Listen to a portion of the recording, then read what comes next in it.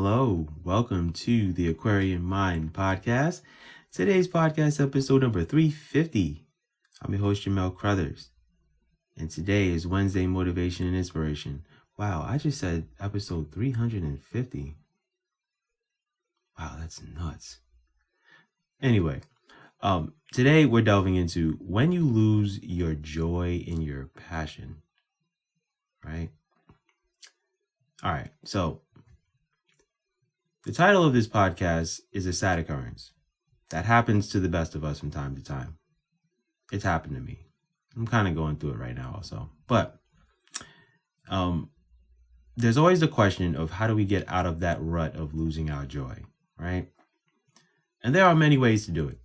There's no necessarily one thing that cures it all and, then we're back to where we want to be. And it's like, oh, great, we're good. For starters, taking a brief break from the grind of our journey, that's a good start, right? It's okay to take a mental, spiritual, and emotional break from what you're doing. And I've done it, and it does help. I have done it this year, and it's been good. I will say that, I've spent time with friends, had the game nights, all that good stuff. But I will say, I'm kind of going through my nostalgia phase where I've bought old gaming systems and, I sit and I play and, I kind of just do that from time to time just to get my mind off of stuff. I read books at the pool, I go swimming, I, do my daily exercise, all that good stuff. Because I've worked for years on my passion with, writing, blogs, podcasts, my books, all that good stuff. But I definitely take time away from my podcast. I do it a few weeks a year. I surely, don't do 52 weeks of podcasts. That would just be insane in the membrane. For those who know that song, you know what I mean. A few years ago, I lost my love and passion for writing books. I was putting in so much work, time, effort, and discipline into it, and I wasn't seeing the results. But I took a break for a little while, and then I got back to it. And when I shifted my focus to what I was writing about, people were looking at those books, which were great for me. And in the beginning of all of this, I was writing hardcore social issues, and as the years have moved forward, writing a book's about life, not rushing your journey, social issues affecting women, things that go on in inner cities, things shifted. And it's been fulfilling for me. So, for me to, go from writing about school shootings, gun control, police brutality, to writing about mental health that, focuses on men, women, to writing about maternity leave, to writing about, things going on in inner cities as far as education, violence, gangs, things like that. The shift has been good. It's been a great focus, to writing about male suicide, which is a hardcore topic, but that book is different than other books that you would read about, male suicide or whatever the case is. And sometimes having different things that you do in your life other than what you're passionate about, that helps immensely too. And like I just said, working out, swimming, outdoor sports, reading, listening to music, whatever it is that you like to do outside of your passion, it's a great way to take a break from the grind of working to become successful in what you love, right? And everyone's definition of success is different. So my definition of success was the day I published my first book. That was it. That was like, okay, I fulfilled my purpose in life. And I could have never wrote another book ever again, and I would have been good with that. But I know, what I'm capable of, and I know what my talents and gifts are. And you do too. You may not have explored all of them yet, and that's a good thing, right? It doesn't matter how old you are. So don't think that if you're listening to this right now and you're a certain age or whatever the case is, that you're done or you're finished or whatever the case is. You're not. I don't care if you're in your 60s and 70s listening to this right now. You never know how much longer you have in your life, right? So what I'm trying to say is don't feel guilty for losing your passion for what you do. We're not robots, and you should want to do things and want to do things all the time. So don't look at, the people that are great in business or CEOs or people that have, their own businesses or in their own companies. Don't think for a second that they lose their drive and their passion from time to time. It happens.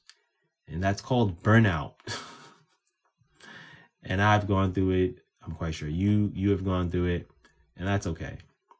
We just have to make sure that, when you take a break, you get the fuel you need to keep going and to not give up, right? Because giving up is not part of the process. So you have to make sure you have the right support system in place to get you through the rut that you're in. You need to keep at it and always know that you are destined for greatness. And you need to do all that you can to stay focused. We all lose our focus. We all get distracted. We all, go out a couple of nights, during the weekend. And the next thing you know, you're just like, spent the money I wasn't supposed to. That was supposed to go towards my business or whatever the case is. It happens, right? I need you to understand that we have moments in time where we are just not into what we are passionate for. And it's why I write my books a certain time of the year. It's why I take breaks with my podcast. It's why I'm not always recording audiobooks. It's why I make sure that I keep myself balanced. I will admit the first 3 years of me writing and publishing books, I was going at it. It was crazy. I didn't go out. I wasn't hanging out with my friends as much. They understood, but I know that I could have, done more, in spending time with my friends, doing certain things. Even when I moved out here, I was head down, focused, writing at least those first 2 years that I've been here on the West Coast. But once I hit year 3, I started meeting a lot of people, going to, different things and meeting different people and, crossing paths, with people that you don't think you will. And, that changes things, right? I've done a couple of book festivals here. They've gone very well, and I've been pretty happy with that. So don't feel like you have to always have that passion and energy and drive all the time. It's not reality. It's really not. And I don't want you to be fooled by looking at social media and looking at all of these entrepreneurs and all of these people that are doing all of these things, and you're saying to yourself, wow, like, how did this person have this passion all the time? And how are they, up and on the go all the time?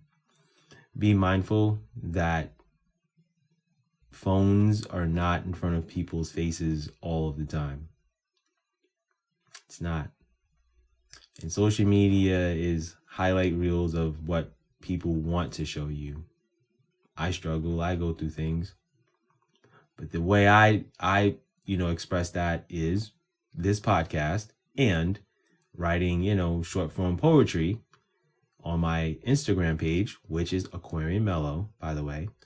And it's only one L. And it allows me to say, okay, look, this is where I am in my life at this present moment. And if you understand, you understand, right? So that's, how I approach things. I don't share every single aspect of my life. That's not reality.